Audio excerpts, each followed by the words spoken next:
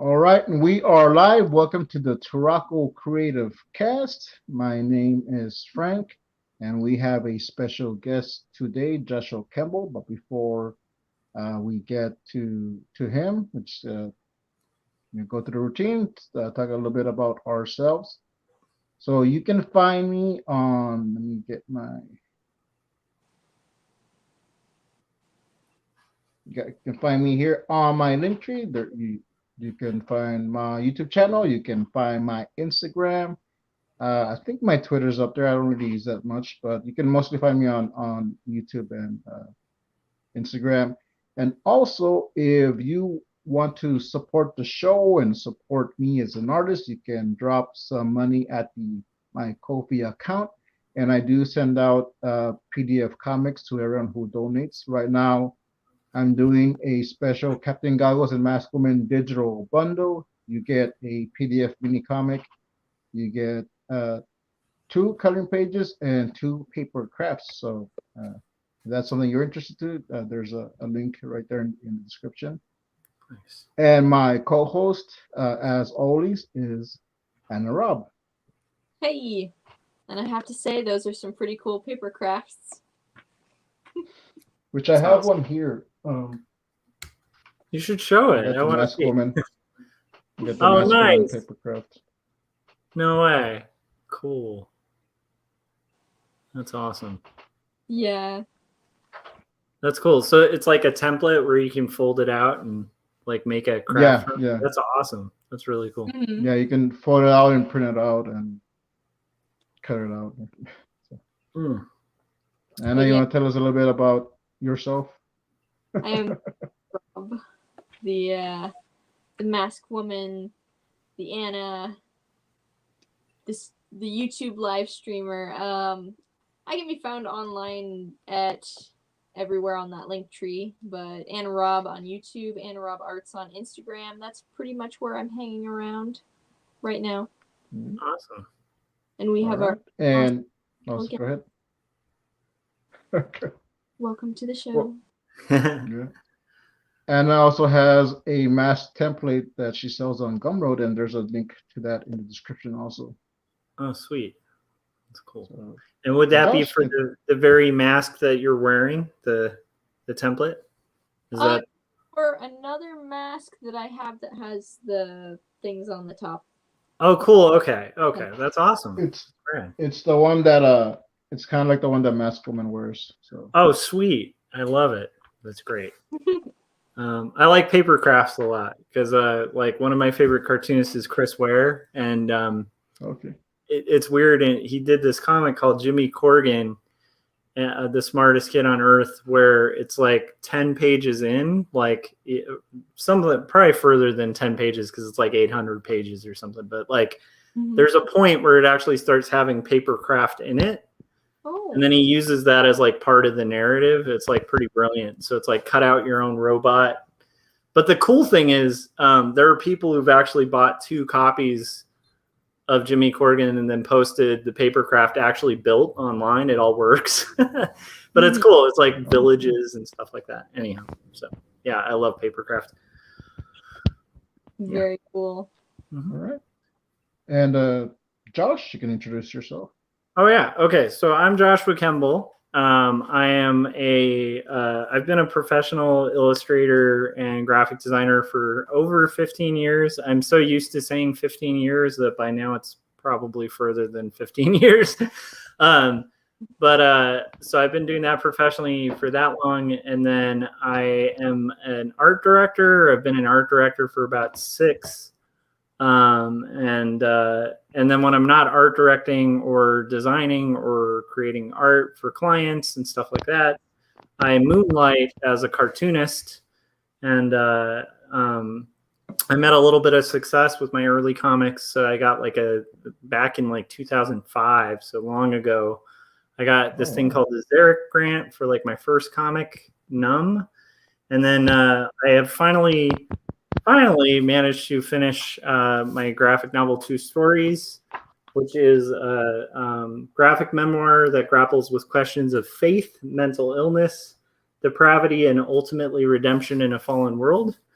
and it's about 120 hand-lettered, hand-inked pages, and deals pretty heavily with the topic of mental illness. And so I'm excited about the topic because that's kind of the subject matter of this book. And you can get this on like Amazon too. So you can get it at a bunch of places like Barnes and Noble, pretty much anywhere online that sells books. But I'm trying to guide people to Amazon because it helps the rankings, and the rankings on Amazon kind of dictate how well a book does. So if you're interested after our conversation, go there and check it out. Oh, and then Josh, sorry. And there should be a link to the Amazon site, so you can check that out. Awesome. Thanks, Frank. Thanks for adding that too. I'm also stoked to be on here because Frank's just been like a really big supporter of all the streams we do and Artcasters and 48-hour art check, and just like such a big part of the hundreds community. So it's always fun to like have an excuse to hang out in that sense too. So yeah. And I guess we can go ahead get in on the topic. The topic is mental health, and we'll also probably talk a little about faith, since that's what your book is about, faith and mental health, which I got For here. sure. And like I just did a review. I think it was like this Saturday, last Saturday I dropped it. So you guys want to check it out, just go to my channel and you will find it there. And, Judd said he saw it, so he's Frank's look at two stories was great. I like the two styles to demark the flashbacks. Thanks, Judd. And awesome. And they'll drop the link to two stories in the chat. So wow, that's awesome. Cool. Oh, and last week was Anna's birthday, last Wednesday. So happy belated birthday to Anna. Thank you. It's funny. I'm used to being on Stream Deck on the other end of the thing, so I just realized like where to see the comments, and now I'm stoked so I can watch them. Okay, cool. Because it's a little different from this angle. So that's awesome. Thank you, Judd, and Dale. Thank you too. Yeah. All right. So what's your cat's name, Anna? Sorry, I'm curious. Mini Oreo. Mini Oreo? That's amazing. That's great. That's an appropriate name for a cute little cat. It's awesome. Yeah. One of my cousins named it. Aw. Sweet. So I wanted to talk about the book a little bit. There's a panel here. It's the first page, and I mentioned it in my review, where you're looking up on Google on this is a spoiler warnings, but it's in the back that it's about mental health. But you're looking up ways how to kill yourself, and as I was saying before, like that's something that really resonated with me, and because I've been there. I've been through those situations, through depression, through dealing with mental health and overcoming it. So when I was reading it, I was like, wow, like I've actually done this on more than one occasion. So like I found myself on Google doing that. Wow, that's heavy, and yet like what's interesting is usually like one of the things. First off, like why I started the book that way, because that's heavy, right? And the goal with starting it that way is I don't like pulling fast ones on people when you're presenting art to them or stories that they're going to be invested in.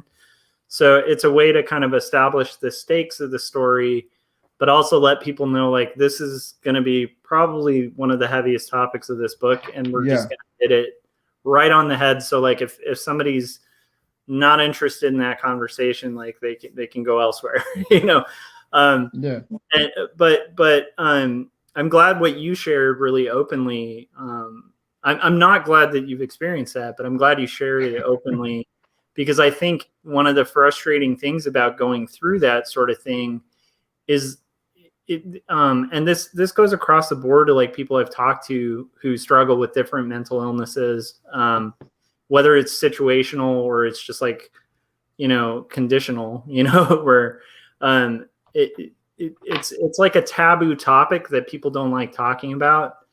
And I think that it's important for people to share their experiences with it, not to like encourage it. I mean, it's a terrible thing. Yeah. I think anybody who's been at that depth of like disparity or despair knows that that's not like a situation you'd wish on anyone. But at the same time, it's like, it's important to be able to have a conversation about that doesn't just result in like somebody going, oh, okay, well, on a lighter note, like, and changing the subject. Because I think people, when they're in the depths of that sort of thing, don't realize like that it's a lot more common than people think. There's a lot of statistics on it being very common in men.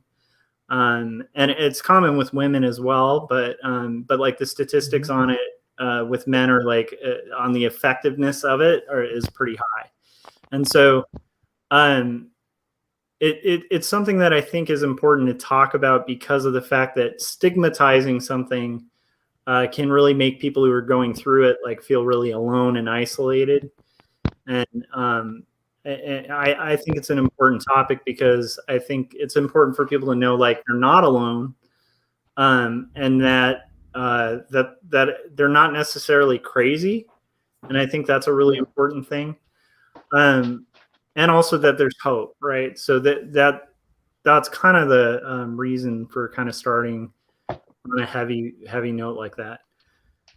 But yeah, I mean, I also just thought in retrospect, writing about it, it was a strange thing that depression can get you to a point, like, because I've struggled with depression like my whole life, and it's fascinating when depression can kind of get you to a point where you're casually looking up painless ways to kill yourself, which is not healthy. Keep in mind, I don't want to make it abnormal because, like I said, I think it's more common than people let on, but it's not healthy. And it's interesting to me to write from the standpoint of when you're in the thick of that mental despair, how you can casually do that and think it's a very rational choice, So, but it also makes for really interesting interviews about the books because, like almost every interview I've had to do about it has had to start off with like, okay, let's talk mental illness. Let's talk about suicide. Let's talk about these really hard to talk about topics, but it's also in a weird way freeing, because it kind of cuts through a lot of the small talk that tends to happen in interviews and stuff. Although I still get the occasional, because we're cartoonists. So it's like a lot of the questions are like, oh, comics. So like, are you talking Sunday funnies? And you're like, no, this is like, and then they're like, well, this is really unusual. It's about, your life. And I'm like, no, it's not. I mean, there's a whole history of cartoonists, but other than that, like, so that's, I hope that answered your question. I don't know if that was your question, but I do want to say I really appreciate you sharing that touched a chord with you, because that's like literally one of the main reasons I wrote this book was the fact that I think it's pretty common with more common than people let on. Yeah, there's a few different areas, and I mentioned it in the review that I did that. Like it really resonated. Like there is stuff that like wow, like it's not just me. I'm not the only one that's gone through this. So like, it's awesome. And let me get this on the back of the book. Like one of the taglines is until the night he finds himself on Burnside Bridge, willing to himself to jump. And I was sharing this with Anna that my dad at one point was also suicidal, and he was on a bridge in Dallas. Oh I'm wow. not sure which bridge, but it was in a bridge in Dallas, about to jump because he had lost everything. He had lost his family. My mom had kicked him out because he was an alcoholic, so she just kind of like Oh was wow. kind of done with it. But he was gonna jump, but in his case, some random person just came across, or came, it was just happened to be walking by, and he started telling him about Jesus Christ, Nice. and that's when my dad gave his life to Jesus Christ that night on a bridge. That's And awesome. so there's like a light, like through depression, he was Yeah. looking for answers, and like he I think he was just trying to run. I'm not sure. Like he was going through a lot of stuff, and then like Yeah. how it just kind of like the right timing, like Yeah, that's something. really cool. I think, I mean, I make no secret of like where this book is heading. So it's like the book one, the main theme is the mental illness and Mm-hmm. sort of establishing like the dilemma and the conflict. But the second book, I'm doing these like live streams as I'm working on it too. Mm-hmm. But it's like, right now it's just rough thumbnails, and I have this whole long crazy process, but I'm trying to simplify it so that hopefully it won't take 5 years for the second one. Mm. Uh, but yeah, like, so the main theme of the second one is going to be, and the chapter I'm actually roughing and thumbnailing right now is me. I shouldn't say finding Christ, but being found by Christ, and Mm-hmm. sort of, so the whole arc of the book is sort of pushing towards that, like, and in a weird way, I kind of view it as like different events that were pulling me to Christ. Mm-hmm. Uh, and so that's always a tough topic. One of my frustrations as a Christian is like I always hated this in music too, where there's a lot of like Christian music and it's terrible. Mm-hmm. And like in the mainstream it wouldn't succeed at all. It's just badly written music. Um, but they put like the label of Christian on it, and then it kind of sells, and it becomes this like sales gimmick. Um, and similarly, like I've seen that with like um, a lot of Christian art, and so when I embarked on this story, it was like the idea was to tell my testimony, but to tell it honestly and Mm-hmm. not Right. water it down. But that kind of wrote me into a bind with different publishers, because a lot of mainstream publishers don't tend to like a salvation story. Like Yeah. they tend to like a loss of salvation story. They don't tend to like a gaining one. Um, and then a lot of Christian publishers don't like the F word, So it's like, but if you're writing about life, especially before being saved, it's like there's going to be a lot of language. There's going to be a lot of heavy topics. And to me, I think to tell my story properly, at least, and like the idea of like salvation, you can't have salvation without an honest depiction of total depravity. Mm-hmm. And because I think the two kind of hinge on each other. So that was kind of my thinking on that. I know that's weird, but it's my hope is for more artists to be like Sunny Day Real Estate, and like Christian artists, where you're like legitimately a good band, and then you happen to be Christian, Yeah. Mm-hmm. or like Pedro the Lion, or like there's a lot of guys that are making good music and like could hold their own, like on a major record label, um, and make good stuff. Anyhow, so that's kind of my thinking, is like to try to be that, but in comics, and I hope I succeed at it. I really do. First and foremost, want to tell a good story, like, Mm-hmm. and then second, like present how I was saved, but I'm not really doing it in a way to try to convince anyone, um, Yeah. because I kind of don't think you can. But it is interesting you had that story about your dad. Like my dad, went through a divorce before I was ever born, and he had 2 sons. And his wife left him, and he wasn't like an alcoholic or anything. She was just kind of crazy. And I didn't really hear any stories about her like my whole life until after he died. That's kind of how, like, he was a pretty admirable guy. Like, he didn't ever really talk badly about her or even speak of her. But what I've gathered, and he hadn't even told me about this until after he had passed away. And then I found out from like my mom and other people. But apparently, like, after their marriage had dissolved, he had a moment, like he and his 2 sons, my 2 half brothers, were in an apartment, and he was feeling really overwhelmed because he's like a single dad, and she had abandoned all like caregiving responsibility and stuff. And apparently, yeah, he had a night where he like walked out on the balcony of this giant high-rise apartment and was just like totally ready to just jump, and attributed his not doing it to God as well. So I think it's a pretty common thread, and it's weird. I didn't even find that out till after I was saved, you know. But I just thought that was, like, once again, I think that just kind of reinforces, like, I don't think it's as abnormal as people think, you know. Mm-hmm. Or maybe I just have really bad genes, and Frank, you're there with me. I don't know. Like, Yeah. that's a really good story. Yeah. So so in the second book, you're gonna go delve more into more of the faith.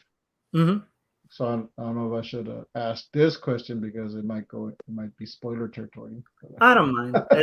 It's the nice thing about autobio is, like, I'm editing it and structuring it as a story, so it's like it's I still don't mind talking about my life. I'm happy to. Mm-hmm. Okay.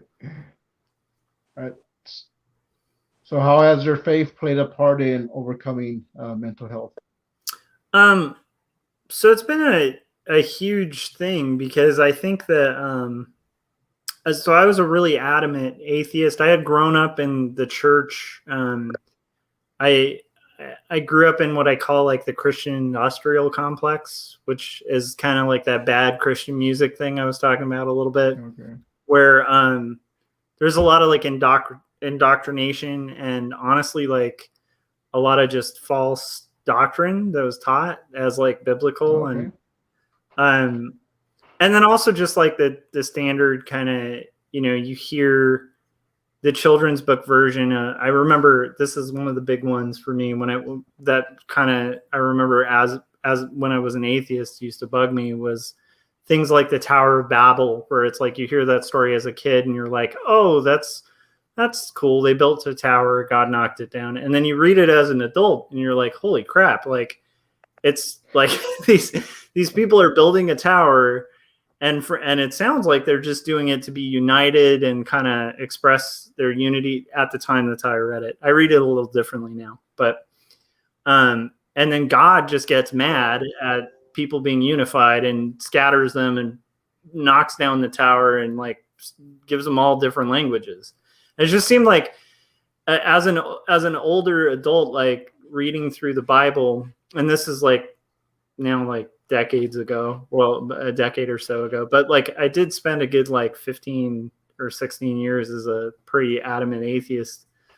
But I remember reading the Bible and just thinking God was really angry and vengeful and not quite a loving God, like looking at the Old Testament.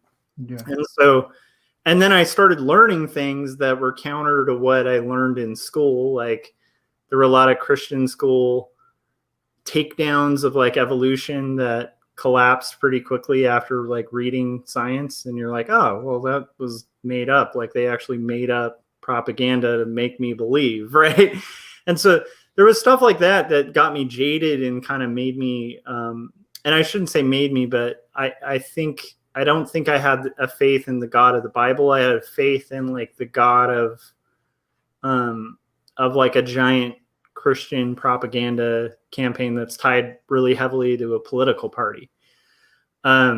And so yeah, so that's how I viewed it. I was really angry at like that God too, and at those schools. And some of that anger actually still remains to those schools, because I now that I'm saved, I look at it and I think you can't dodge truth as a Christian. I think that's a really dangerous road. Truth doesn't negate truth, and so really there shouldn't be like feared topics or discussions. And we shouldn't really feel like we have to invent information to like back Christianity, because it's truth. Yeah. So, but anyhow, so that's a long-winded thing of where I was at. So I was very angry, and at the same time I was like seeking to have like control over my life. And that's a big theme of the first book. So you'll see a lot of these playground politics stories. Yeah. Where it's like, as a kid, even I had these desires to kind of control these games, like to come up with a game that I had full control over, and I would get to kind of decide what happened in the game. And so like the Snowy Mountain Factory, or like later on when we're kind of pretending to do Back to the Future and I'm trying to direct it and star in it, right? It was like this attempt to kind of be the center of my own universe that I could control entirely.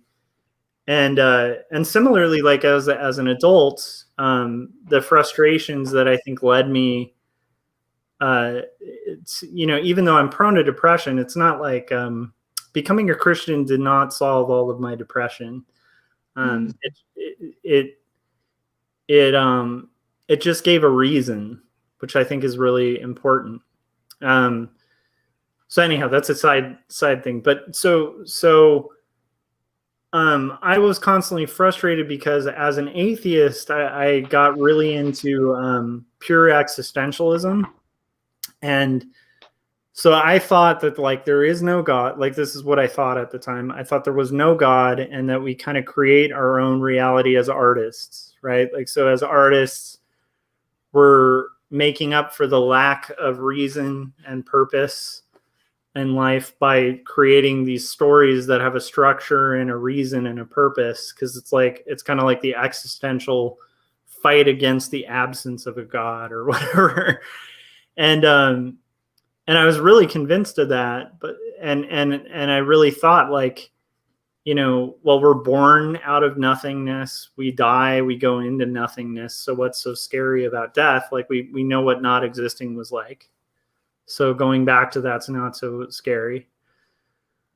But then the weird thing was like I started thinking more and more about that philosophy, and it started collapsing on itself, because the whole thing hinges on the idea of like there actually being no meaning to life, and that we are literally just animals. It's not necessarily tied into evolution, but it's definitely something that hand in hand can be really philosophically dangerous. Although I think it's very rational. It's a very rational belief system. So yeah, but like I just started thinking about like the idea of inventing your own purpose was like the Nietzschean idea of like you can aspire to be great or horrible. You can do great or terrible things, and you do them to kind of create purpose and make your mark, like in the world, like in this purposeless world.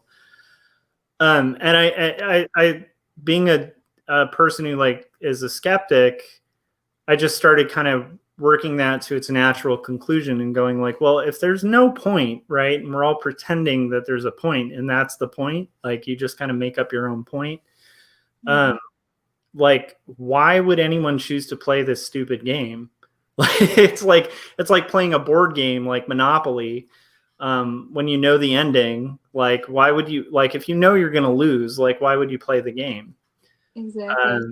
And it was like, I know my result will be death. I know it's meaningless. I know that if I make art, it's not going to last. Even if it does last, I'm not going to be around to appreciate it.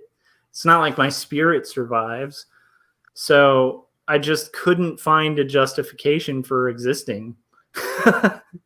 No matter like how good things got. It just seemed like a lose-lose scenario where it's like you're playing this meaningless game, as dark as that is. So that's kind of where I was at. And so yeah, I went through some really hard times. Like this second book gets into a little bit of that too. I had been a victim of violent crime, and had a lot of my artwork stolen, which I had kind of defined a lot of my identity by like what I created. And that was kind of taken away. And I was dealing with a lot of PTSD, like fear of like walking out in public, fear of people. Because I mean, when you get beaten to the point where you can't walk, you lose a lot of friends that seem like they're friends, and very quickly they disappear. So I was very mistrustful of friends. I felt like a burden on family and on people around me that loved me, even though I knew they cared about me, just because it's not fun to be the weak person who needs help. And then right after that, like I had a neighbor who sort of trapped me in their apartment and was going to kill me in our second apartment that we moved to after that. And that was like back to back within a year. And so like my faith in people and in humanity was pretty eroded. And we moved to Portland with this kind of hope of like a fresh start. I knew some cartoonists up there that we stayed with for Stumptown Comics Fest, which was like a comic show there. I was having some success with comics, so it just seemed like the natural place to live, where it's like right by Top Shelf and Dark Horse, and like they have like a national comics month. Like it's just a really very comic centric, at the time at least, was a really comic centric city. And so we moved up there, and like once again, just like not all of our problems were solved. My wife had mental illness struggles herself, and the first book gets into that pretty heavily with like panic disorder. And at the time she was my fiance. So we just were struggling a lot. She ended up moving back to California. I was sort of left there isolated and alone, which is a key element to mental illness, I think, is it likes you isolated. And so here I am isolated, alone. I'm an overthinker by nature. So I've overthought existentialism to its natural conclusion, and I'm not feeling so great anyway. And that's when I kind of decided to kind of go to Burnside Bridge and end it. And it would be interesting if that's like when I found salvation, but it wasn't, because I'm stubborn. So I would have actually jumped, but I was astounded by the fact that like when I got to the edge, like I actually stood on the railing of the bridge and I couldn't budge. And that planted a seed for me. So, and you'll notice like that's the first story in the book, is like the going to Burnside Bridge, you know, getting on the railing, ready to jump, and just being really annoyed that I couldn't jump. And I found it very strange, because I was like, I really do believe this existential thing. Like I really do. And that seems like the natural conclusion. So this would be like the ultimate act of faith in that belief. And I just couldn't do it. Like I wanted to do it, but my body literally had like this mechanism to prevent me from doing it. Oh, wow. So I remember that just kind of planting a seed with me of like how weird it was that I had so much faith in this idea, but I didn't have enough faith to do that. But why wouldn't I, right? Because I'm an animal. I'm like, and this is my mindset at the time, but it's like I'm just an animal, right? I'm an evolved ape, who's, you know, basically like we've learned to think and observe and stuff like that, and we see this world for what it is, and we know we're going to die. Like most animals don't know that, right? So why couldn't I do that? It was just this really kind of profound thing. And it was much later, actually, when things started looking up, like, and the depression wasn't situational where I sort of was saved. And that's kind of what the second book gets into, because it's like I ended up getting a publishing deal for a graphic novel with a publisher at the time that was called NBM Publishing. I think they're still around. Not a fan. I mean, I'm a fan of some of their books, but just their editor later on. Anyhow, whatever. So I had a publishing deal. So by all means, I thought that graphic novel was coming out, like my first graphic novel, which is not this, actually. It was a book called Jacob's Apartment, which I might still publish. I'm still torn on it. But so I was making headway with that. I was starting to get a lot of success with Kevin Cross and I had done a podcast, and it had started gaining a lot of followers. It's barely around anymore, but at the time we could literally say like, hey, we're going to be at this convention, and we'd have like a line waiting for us of people who like drove from out of state to like see us. And I was having a lot of success in freelance, where I was like starting to get hired all the time for my own style. I was doing, a weekly cartoon with my friend Lawrence Ross for like theroot.com, which is owned by the Washington Post. And so it was like career wise, like things were really great. So anyhow, like it was just interesting because like all these things were really lining up and working out really well. But I was still like constantly just having that thought and making that search for ways to kill myself painlessly. And I was like, this is weird. Oh, and my wife and I like kind of, we had finally saved up enough so that like I could move back. So it was like none of the issues that were situational were like improving my outlook, even though like by all means, like my life was great at that point. But I still had those constant thoughts. And that was what got me thinking about God. So there were a couple books I read that were lent to me by friends that were really key to like opening my mind to different Christians. Like, and then I reread some that I had read when I was a kid, like, C.S. Lewis, Mere Christianity. Like I reread that and was like, actually, it doesn't make bad points. And then Searching for God Knows What was one of the books I read. And then there was The Language of God by Francis Collins, which kind of was a really cool book for like a Christian who's a scientist who kind of thinks that the whole Christian industrial complex versus science thing is ridiculous. And he decoded like the human genome. And anyhow, so these were books that just implanted some ideas and thoughts. And then I also had a lot of family members that were Christians, like actual believers. And then a couple of friends, like a good friend of mine, Alan Noble, would have these long conversations with me. We grew up in the same area and like played in bands together when we were kids. And he used to have these long conversations with me over the phone where we'd kind of debate and talk about Christianity. And they were great conversations because he'd kind of agree with a lot of my criticisms of Christianity and of Christians. And that was fascinating to me because usually when I talk to Christians, I'd just make them really mad. And it was mostly because I was really stubborn, and as a guy, like my goal was like to destroy them, like in debate, and make them look foolish. And that was terrible, but I had a lot of friends that were very patient and kind of heard me out. So it was like little things here and there, but it ended up in a night where I finally just decided to reread like Mark, and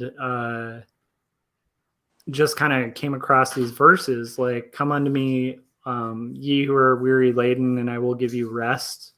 And I was thinking like, man, I'm full of anxiety and depression, and I feel like no matter how much success I have in work, like I just don't work enough. And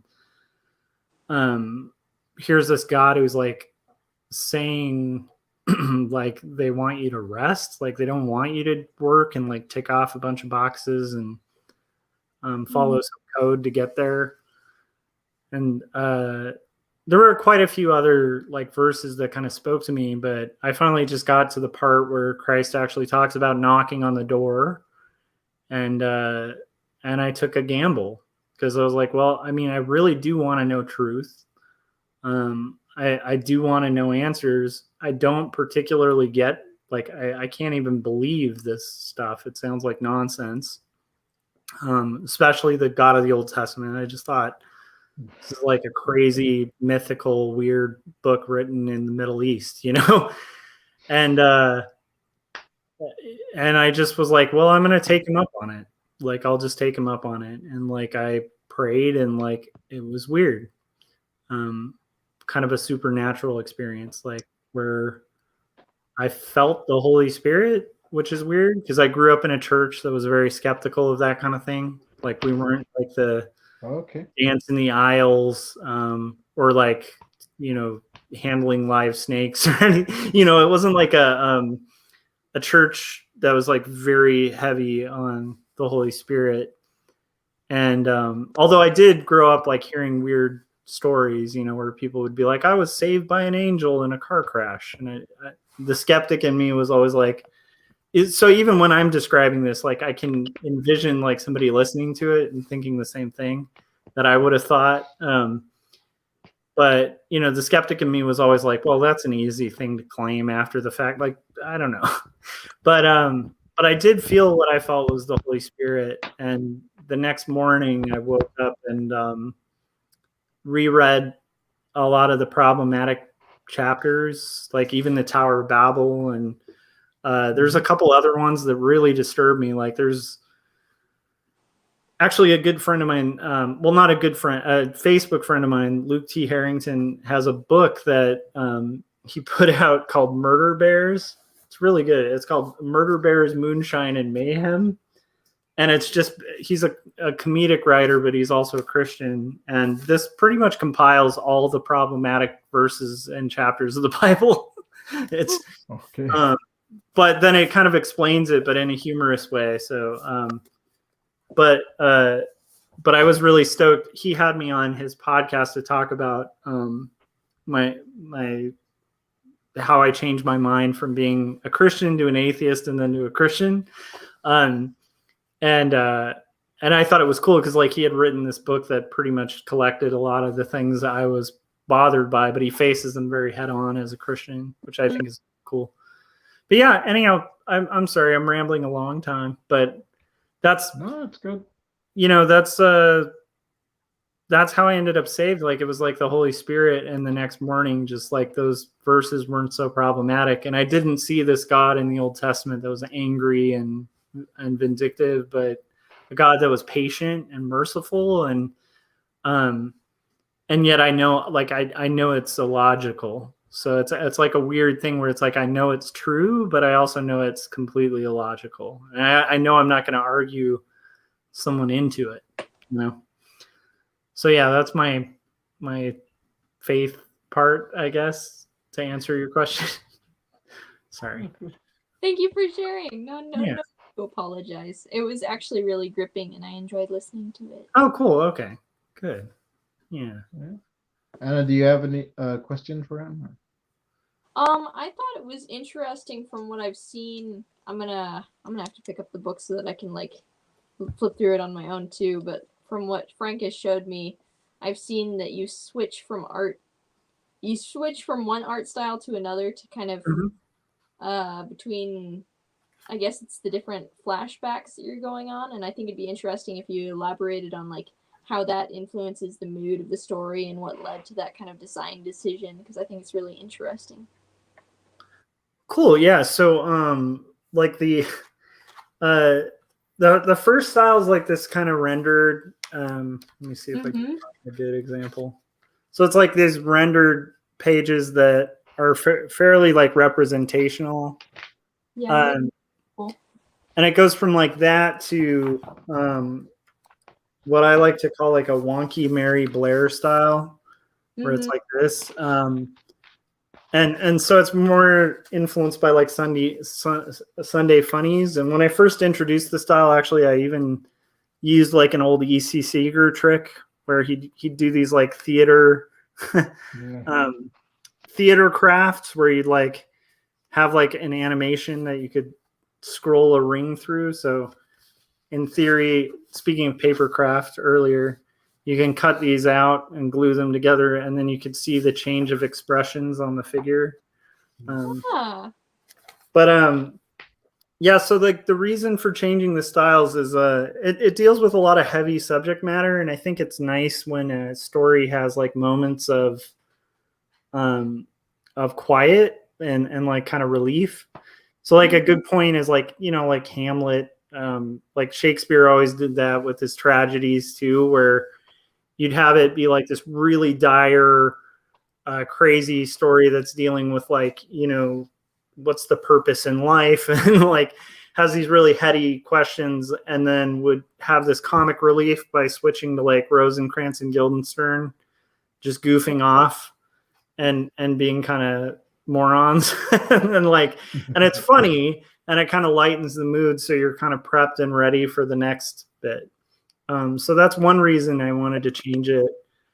For another, it's like I really believe as cartoonists we should do this more often. Like, and I've talked about it. I had talked about it because in freelance, like I can work in all sorts of styles, and there's certain ones I'm known for, but I've become pretty adaptable, and most artists I know are kind of there where they can work in various styles. And like to work in various styles. But for some reason, when cartoonists, at least a lot of cartoonists, when they decide to do like a graphic novel, they just kind of stick to one, when like it's almost like to me, it feels like confining ourselves to like one instrument when we have a couple. And it's like, so I part of why I did it too was just that, like, where it's like, I actually think in stories, we have like a better visual vocabulary that can kind of punch up different areas and create different emotions. And so that's kind of the thinking behind the two. But the reason also is because when you're a child, like your perception of the world is a lot more childlike, and your memory of it as an adult is much more kind of obscured than like more recent events and stuff. So that's the reason for the switching of styles, I guess. Yeah. So those are good reasons. Yeah. But I want to see more cartoonists do that. Like, I actually think we should do that more often. Yeah, I really enjoy it whenever I most of the time I think I end up seeing it in manga rather than like Western comics. 100%. Yeah. Yeah, because they have and that is something that made me think of it, was like the chibi thing, when like you're watching anime or like reading a manga, and like it's very like visually realistic, but then there's like a goofy part where suddenly you have these little chibi caricatures, and that's, yeah, I think that's something Japan's way ahead on a lot of things in comics, you know, so right on. Yeah. So you're saying that 2 stories took you 5 years to make, right? Yeah, about that much. Yeah. So during that time, did people ever tell you like, well, you should quit on that dream, or quit on making your graphic novel and, you know, do something else, or something more productive, or like did anyone ever like try to discourage you? Yeah, I mean, like weirdly enough, my first comic, Numb, when I did that and I applied for the Zarek grant, I had a really close friend at the time who now is like a very famous poster artist. I'm not going to name drop the person, but they're pretty well known. And he was such a jerk that when I was making it, he kept kind of saying, "You're never going to finish it." When I finished it, he was like, "Well, this is crappy. Like, you're not going to get the Zarek grant." When I applied for the grant and I was waiting for it, he was like, "It's not going to happen." And then when I got it, like, he was pissed. and kind of vindictive about it, like about the success of it. And I'm no longer friends with that person. For partially for those reasons, because it's just like there's a lot of toxicity in art communities. There's a healthy competition you're gonna notice, like especially if you're in art school. Something I used to do in art school, when like everybody would have a crit, I would rank myself compared to the best art up there, and I would be like, I need to move my way up to like the top 2. Like I'm not comfortable being on the wall and not being at that top rung. So that's healthy competition, because it's like you're not necessarily saying you want everyone else to suck or fail. You just want to level yourself up to the top. And I don't know if I think I maybe did that like 1 or 2 assignments, because I had a really good class. Like some of the guys I was going to school with like did story for like Zootopia and stuff. Like they're just incredible artists. My wife was in my class, and she's a million times better than me, especially at like drawing just in general. And so, you know, but yeah, like I feel like I got off topic there.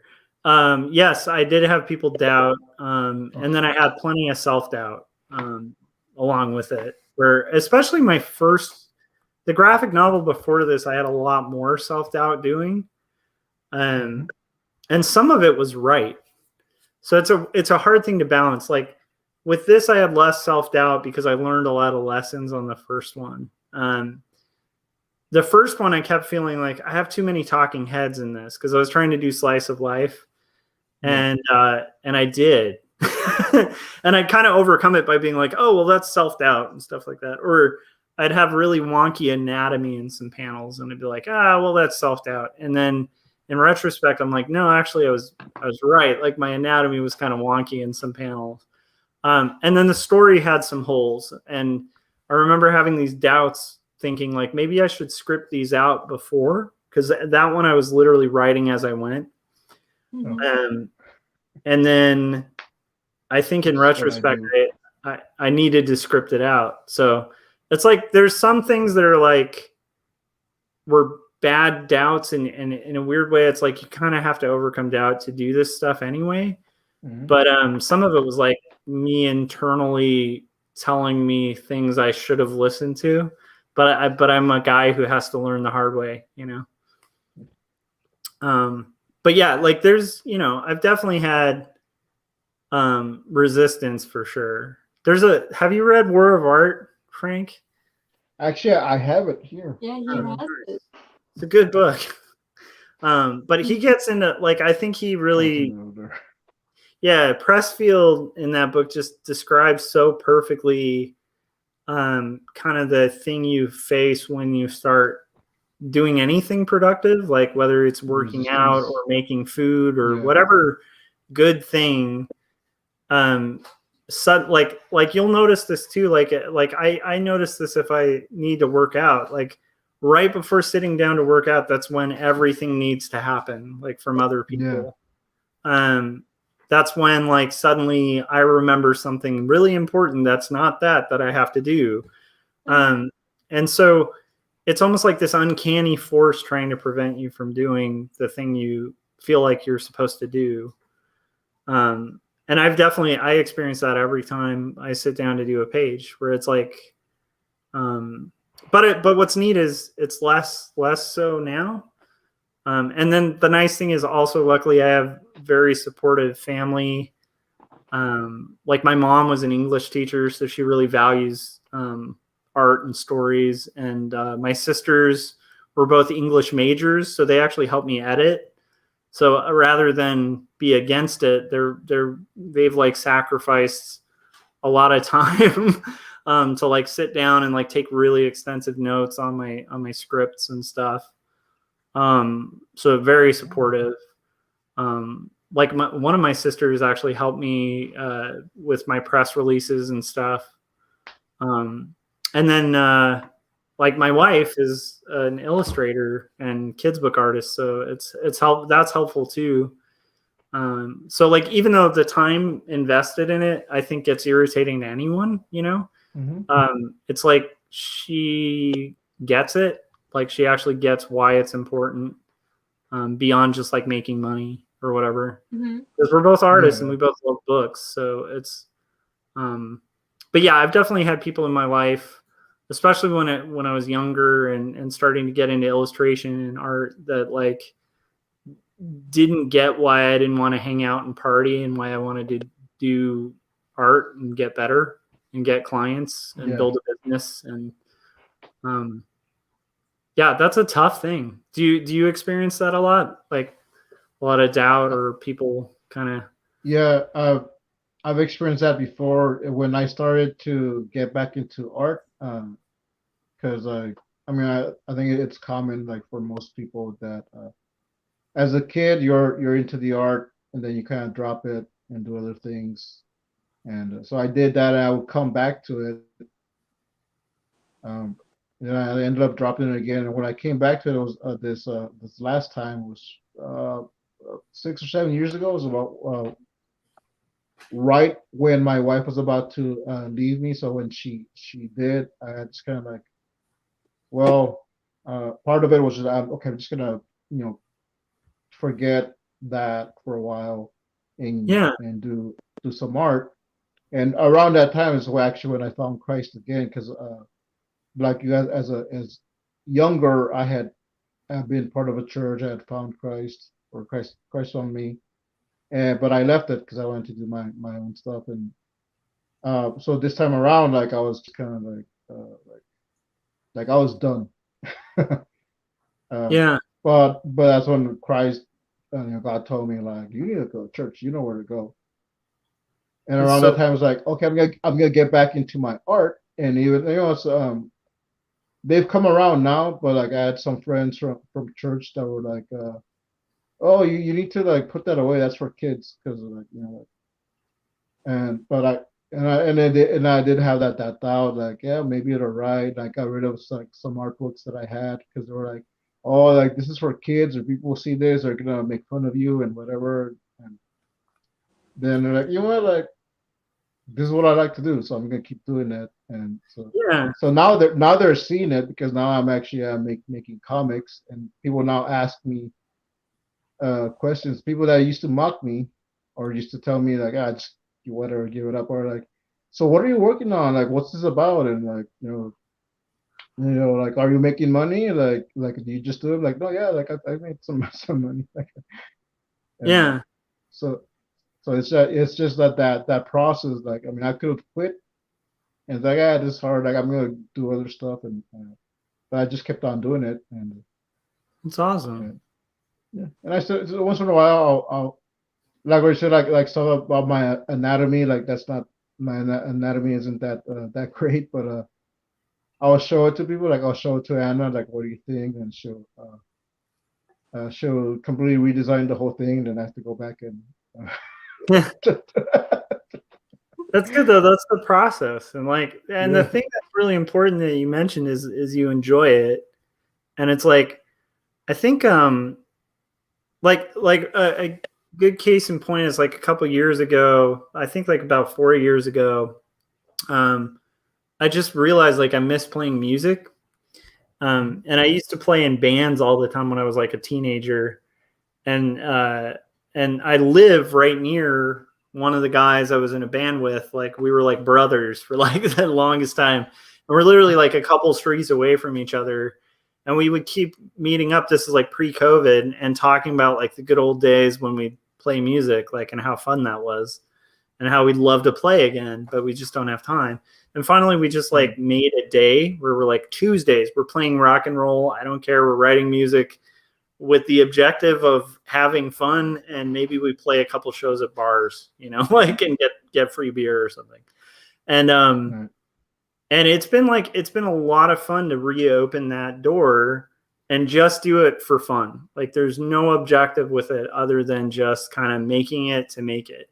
And I think like that's actually important, and I think that it's hard for people to understand that. Like, even with art, you know, my profitable art is like what I do all day. You know, it's like that's my day job. But it's like to make art that's like for art's sake is actually really important. And I think the younger me probably would have thought differently. Like I probably would have argued for very much just like all art should be commercial.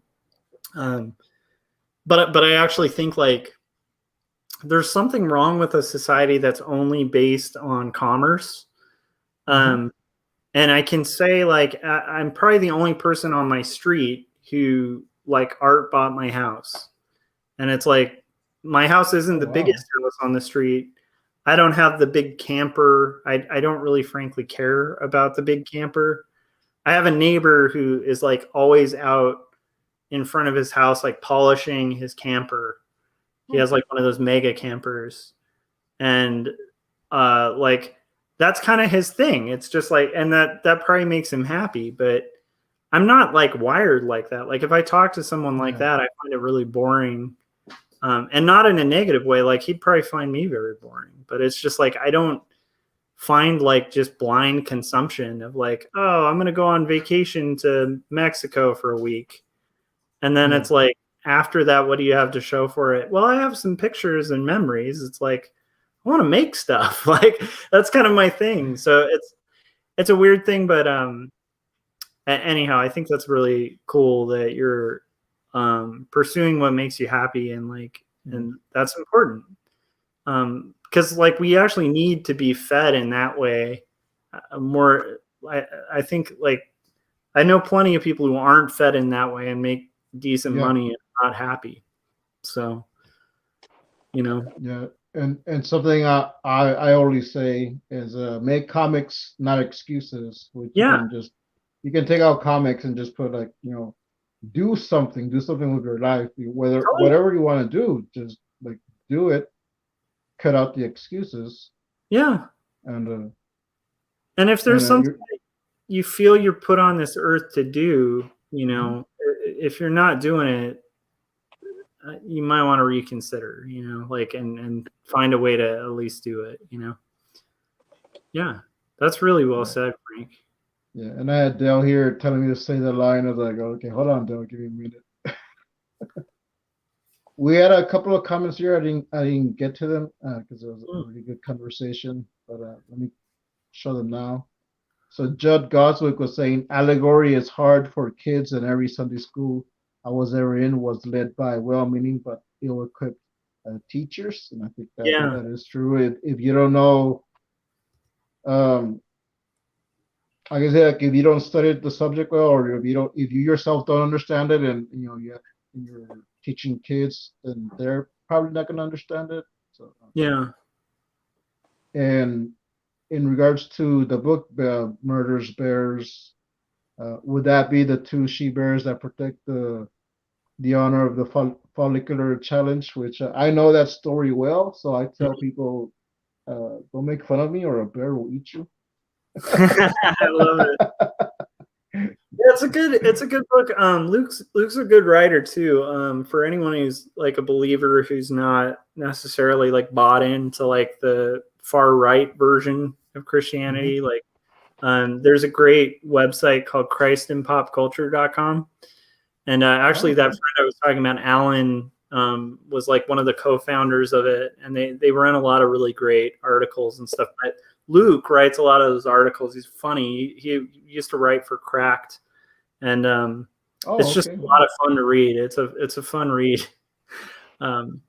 But he's also like a really strong believer, but just like you know, also has a sense of humor, which is nice. And sometimes that can be lacking too in the church, you know. So yeah.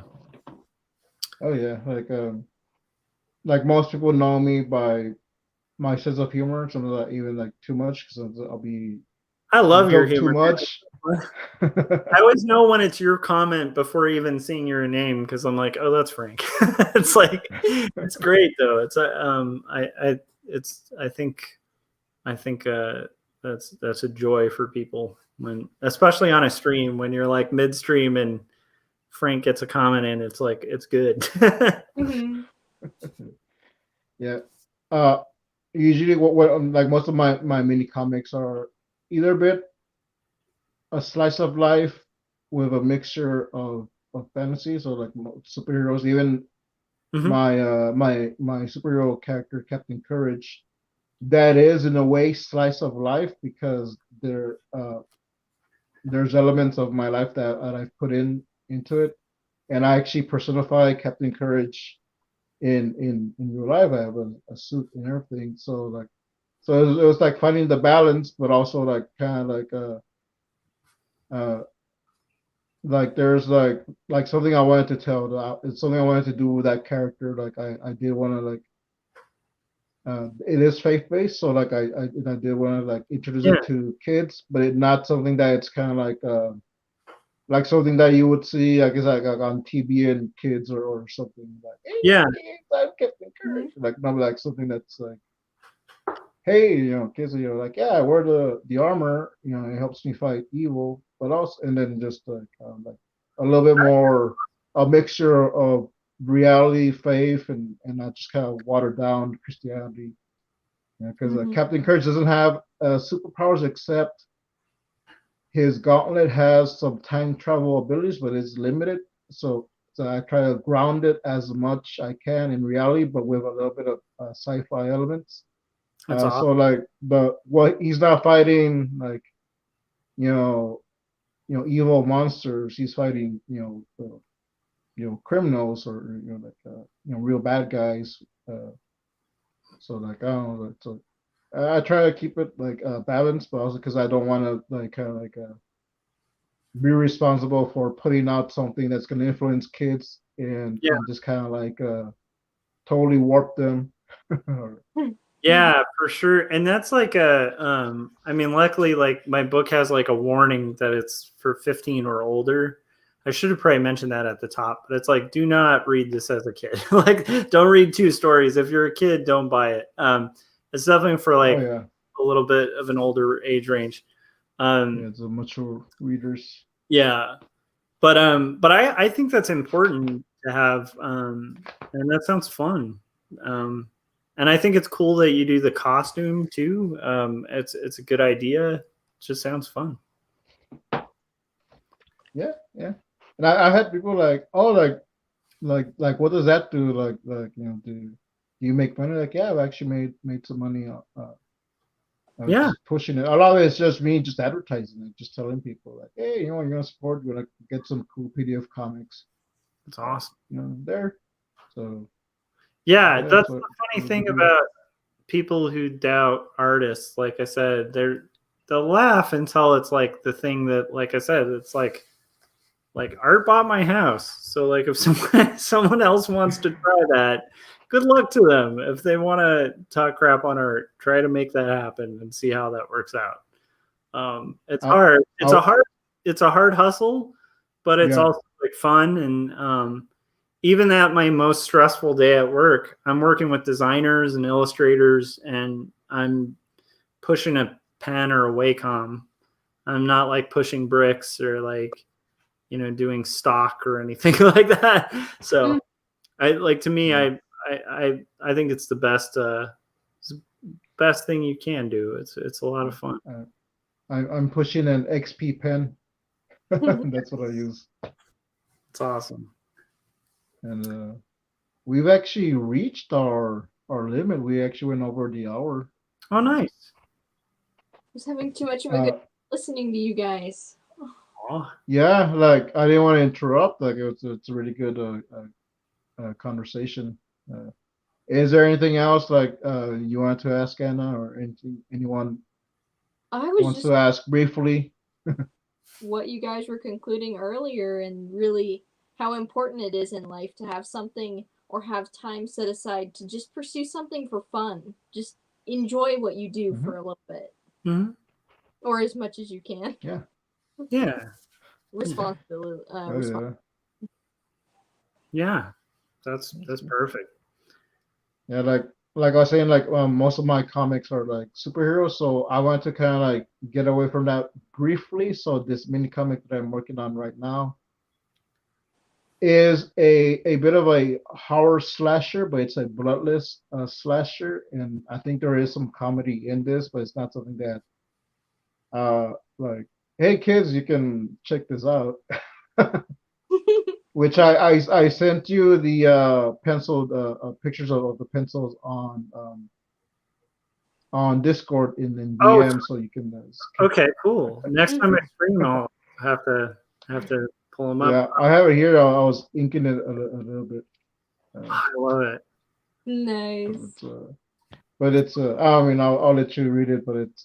I still think, Frank, you need to do a story because we had a conversation on my stream a couple days ago about Texas, right?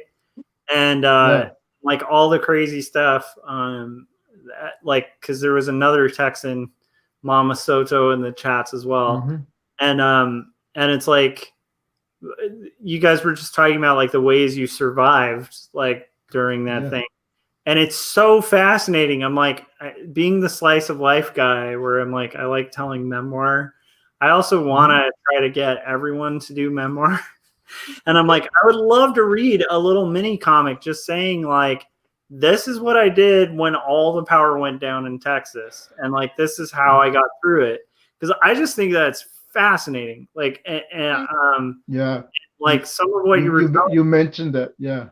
You mentioned that, and I was thinking I could do that. I could do it as a mini comic. Yeah, I would love to see that. I personally love to see that. Yeah.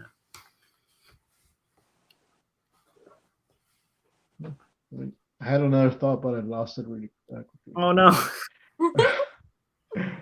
I think there was something else I wanted to do as a mini comic, but like where I'm doing this mini comic that's based on the show, because I wear goggles and Anna wears a mask, so we can these characters called Captain Goggles and Masked Woman. So I made a little silly mini comic, and I decided to and Anna actually helped me with this to kind of like turn into an extra story. So it went from being, it started with kind of being like slice of life, just as our characters. Yeah. But now it's like going into like an adventure sci-fi thing. That's gonna be awesome. And I got the second issue here penned, so I just need to go over it and make copies and put it up on the clean it up on the computer and make a PDF. But it's awesome. But yeah, like I was saying, and then you're gonna get the first one on Ko-fi. Just you donate like the minimum of $3, and I send you like a whole bunch of stuff. Nice, Frank. I have a question for you. How are you on like every stream?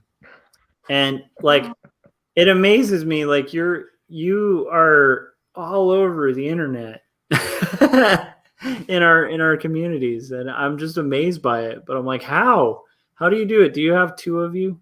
Are there two of you? Well, that's where the time gauntlet comes in. Nice. That explains it. It was the time. It all makes sense now. I'm just really impressed by that because Frank is a powerhouse. It's awesome. Oh yeah. All right, so I think that's it. We're actually going over our time, so like just wrap it up. Like Josh, you want to tell us where we can find you? Cool. You can find me at joshforkemble.com, and then if you're at all interested in a lot of our topic, pick up 2 stories on Amazon by me, and the only thing to remember is it's like Kemble but with the K, because that's the unusual part. So yeah. Thank you so much for joining us, everyone, and thank you for joining us, Joshua. That was excellent. Yeah, it's fun. All right, and you can find Anna on Instagram at Anna Raub Arts, and also her Linktree. Nice. And you can find my stuff also Linktree.